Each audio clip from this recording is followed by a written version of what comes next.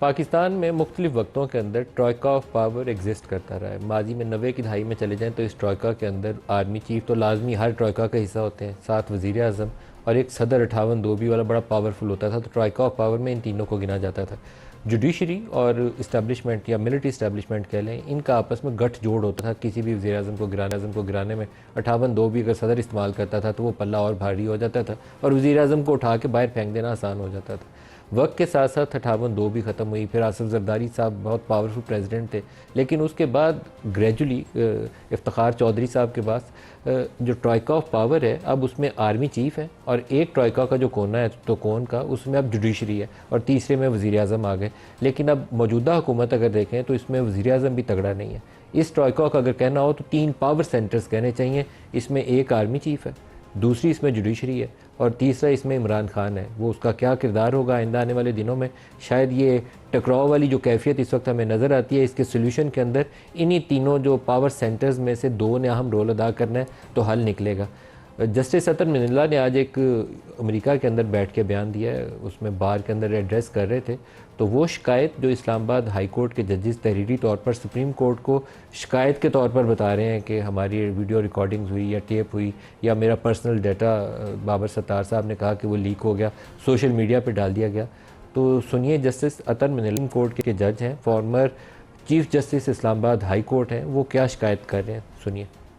The personal data of my 2 sons was put on the social media and obtained from a government organization. My wife, who has nothing to do with politics, and they had made up a documentary. Yes, those are challenges, but that is a test of a judge's independence. That the judges elevated to the Islamabad High Court, only time will tell. The chief judge mentioned about the 6 judges who had written the letter. 5 out of them were identified, headhunted and recommended by me. Justice साहब कह रहे हैं कि मेरे 2 बेटों का जो ज़ाती पर्सनल डिटेल्स हैं वो एक गवर्नमेंट के अदारे से लेकर सोशल मीडिया पर डाल दी गई हैं। उनकी बीवी जिनका पॉलिटिक्स से ताल्लुक़ नहीं है उनको निशाना बनाया गया और उनकी फैमिली के मुतालिक एक डॉक्यूमेंट्री बनाकर वो चला दी गई है। अब ये इतना वल्नरेबल कौन है? सर्विंग हाजिर सर्विस जज of supreme court of Pakistan, former chief justice of Islamabad high court, वो बता रहे हैं कि मेरी फैमिली के साथ ये हो गया। तो बाकी 25 करोड़ के साथ क्या होता होगा, इसका अंदाज़ा आप कर सकते हैं। एक बहुत तनकीद हुई थी कि आधी रात को जब ये नो कॉन्फिडेंस मूव हो रही थी तो इस्लामाबाद हाई कोर्ट के ताले खुले थे। आज वो जज साहब बता रहे हैं कि ताले क्यों खुले थे, सुनिए उन्हीं की ज़ुबानी। At night, I was at home. A political narrative was made that why the court was open. So now let me tell you something. What were the television stations saying? They created a situation as if martial law is going to be imposed.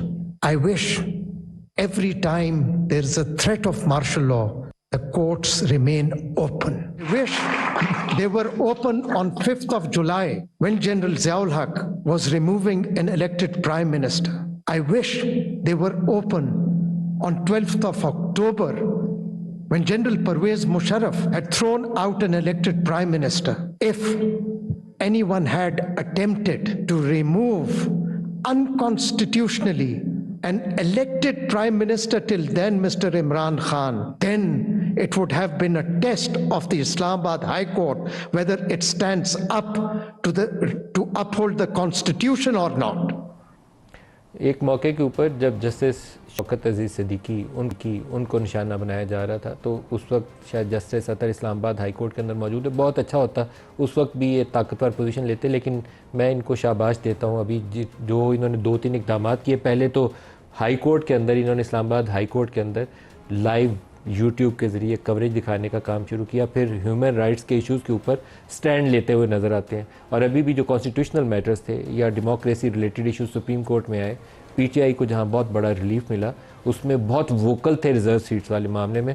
तो इसमें very well done कहना चाहिए justice अतर मिनल्ला को और उन जजेस को जो हक़ की खातिर बोलते हैं। उसको नहीं कहना चाहिए जो हक़ के मौके के ऊपर अपना सर झुका ले या झूठ बोले। एक कैप्टन सफ्दर साहब ने बयान आज दिया है और कमाल का बयान दिया। उनका बयान कहता है कि उनके अल्फाज का चुनाव जो है वो बहुत ख़तरनाक है। वो कहते हैं कि फ़ौज ने गोडों को हाथ लगाए हैं नवाज़ शरीफ के और फिर वो पाकिस्तान वापस आए हैं। ये आम तौर पर तासुर तो ये पहले से मौजूद है, बल्कि तासुर क्या कहना चाहिए, इस्लामाबाद के तकरीबन जितने पावरफुल हल्के हैं सियासी हल्के, सबको मालूम है कि नवाज़ शरीफ की वापसी से पहले उनका इस्टेब्लिशमेंट के साथ रवाबत उस्तवार हो गए थे और इतने अच्छे उस्तवार हुए थे कि जिस तरह ख़राबी थी ना, जिस तरीके से उनको पनिश किया गया था, वो भी एक नामुनासिब अनफॉर्चुनेट तरीका था कि सिटिंग प्राइम मिनिस्टर को एक लॉ को तोड़ मरोड़ के जिधर से नाक मोम की मरोड़ी जा सकती थी मरोड़ी और डिसक्वालीफाई करके नवाज शरीफ को घर भेज दिया। इसी तरह उनकी वापसी का जो अमल था ना, वो भी लॉ को तोड़ के, क्योंकि उस वक्त उनको असूली तौर पर जेल में जाना था, जेल से आके ज़मानत अप्लाई करनी थी, फिर इस्लामाबाद हाई कोर्ट उनकी ज़मानत मंजूर करती, फिर वो एक फ्री सिटीज़न के तौर पर जलसे से खिताब कर सकते थे।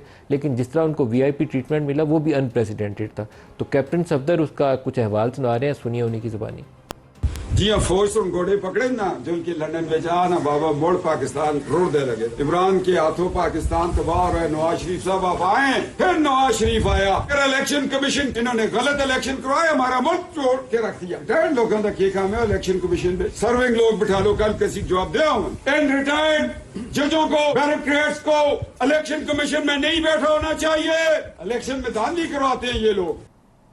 कैप्टन सफदर साहब कह रहे हैं रिटायर्ड जज इलेक्शन में क्यों बैठे हुए इलेक्शन कमीशन में, ये लोग धांधली करवाते हैं, इन्होंने मुल्क तोड़ दिया। और इनकी अपनी हुकूमत ने ट्रिब्यूनल्स के अंदर सर्विंग जजेस के साथ रिटायर्ड जज लगाने के लिए लॉ को अमेंड किया है, क्योंकि बाज़ जजेस जो थे, जैसे जस्टिस जहांगीरी हैं इस्लामाबाद हाई कोर्ट के, उनका फैसला जिस तरफ जा रहा था इनको पसंद नहीं था, इन्होंने प्रोविजन डाल दिया लॉ के अंदर रिटायर्ड जज डालो। तो कैप्टन सफदर साहब अपनी हुकूमत की पहले गोशमाली करिए।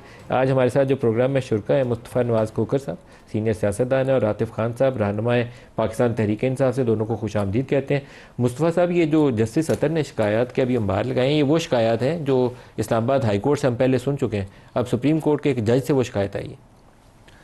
बड़ी अफसोसनाक बात है मलिक साहब के पहले ही हमारे लिए क्या काम था जो इस्लामाबाद हाई कोर्ट के जज साहिबान ने कहा कि अगर सिटिंग हाई कोर्ट के जजेस उनके ब्रदर इन लॉज को किडनैप करके करंट लगाए जाते हैं, अगर उनकी फैमिली की डिटेल्स लीक की जाती हैं, अगर उनके कमरों के अंदर, बेडरूम्स के अंदर कैमरास लगाए जाते हैं, तो क्या ये कम था कि आज अतर मनीला साहब ने भी जो कुछ बातें की। ज़ाहिरी बात है हमारे यहाँ इस मुल्क में जुडिशरी और इस्टेब्लिशमेंट का एक बड़े अरसे तक जोड़ी चलती रही है साथ, और उस जोड़ी ने इस मुल्क में बहुत से ऐसे फैसले किए हैं, अनपॉपुलर फैसले किए हैं, इलेक्टेड लोगों के अगेंस्ट फैसले किए हैं, उन्हें फांसियों तक चढ़ाया है। लेकिन आज कुछ नज़र आता है कि जुडिशरी के अंदर अब उस पावर सेंटर जो आप जिक्र कर रहे थे अपने इब्तिदाइये में, कि अब वो उस हद तक आगे नहीं जाना चाहते जिस हद तक उनसे तवक्को की जा रही। और जब उन्होंने इनकार किया उस हद तक जाने से, तो फिर उन्हें इन चीज़ों का सामना करना पड़ा।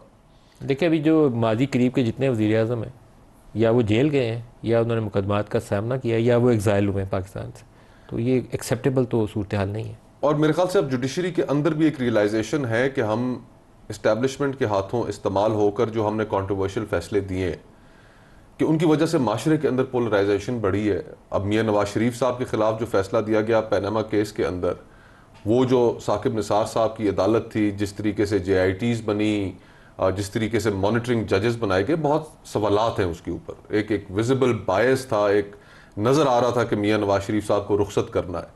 और फिर उसी तरह बाद में, उससे पहले भी हमने इफ्तिखार चौधरी साहब जुडिशल एक्टिविज्म के नाम पर उन्होंने यूसुफ रजा गिलानी साहब को फारग किया। पीपल्स पार्टी को तोड़ने का काम इफ्तिखार चौधरी साहब ने किया था, और नून लीग को तोड़ने का काम साकिब निसार साहब ने किया। और फिर उसके बाद हमने देखा कि जब इनकी हुकूमत तहरीक इंसाफ की रुखसत हुई, तो उस वक्त इनकी तरफ से बातें सामने आना शुरू होगी। आज पाकिस्तान का जो निज़ाम इंसाफ है वो दुनिया की रैंकिंग्स में आखिरी नंबरों पर है। ना हम लोगों को इंसाफ दे पा रहे, ना इस मुल्क के अंदर हम जो सियासतदानों और जो कॉन्स्टिट्यूशनल आइनी झगड़े हैं उनको ख़त्म कर पा रहे। अंदर अदालतों के अंदर ग्रुपिंग्स हैं, जो वहाँ पर जज साहिबान के ग्रुप्स बने हुए। तो अब ये सारा सिलसिला ख़त्म होना चाहिए। और मेरे ख्याल से अगर हम सिर्फ हमारी जो एक रूल बुक है, उस रूल बुक के ऊपर अमल करना शुरू कर दें, जो कॉन्स्टिट्यूशन है, बगैर किसी इन्फ्लुएंस के, बगैर इस्टेब्लिशमेंट के इन्फ्लुएंस के, तो हमारे मामला ठीक हो सकते हैं। आतिफ साहब से पूछें। आतिफ साहब, ये बड़ा टेढ़ा मामला है। मैं राना सनाउल्लाह साहब का एक इंटरव्यू सुन रहा था, तो उन्होंने दो बड़ी मज़े की बातें की। उन्होंने ये जो रिजर्व सीट्स वाला मामला है उसके ऊपर रिव्यू जब हुकूमत ने फ़ाइल किया, तो उसके ऊपर जजेस की मुख्तलिफ ओपिनियन है, तो उन्होंने कहा चीफ जस्टिस लगाना चाहते थे, लेकिन बाकी दो जजेस ने कहा कि अभी नहीं, जब तक तफसीली फ़ैसला नहीं आ जाता। तो हमें भी तब तक उस फैसले के ऊपर अमल दरामद नहीं करना चाहिए जब तक कि तफसीली फैसला आ नहीं जाता। तो टोटल डिफाइंस वाला मूड है, और साथ अंदर वो ग्रुप बता रहे हैं फैसला किन्होंने लिखना है, क्योंकि मेजॉरिटी जजमेंट जस्टिस मंसूर किया तो फैसला भी वही तहरीर करेंगे, तो जब आएगा तो तभी रिव्यू फाइल होगा। तो बता रहे हैं वो 2 जज और कह रहे हैं और काजी साहब कुछ और कह रहे हैं। देखें, बहुत शुक्रिया नदीम साहब। ये चीज़ें पाकिस्तान में बहुत अरसे से होती रही, आपको भी पता है, मतलब कॉमन हर एक आदमी को पता है।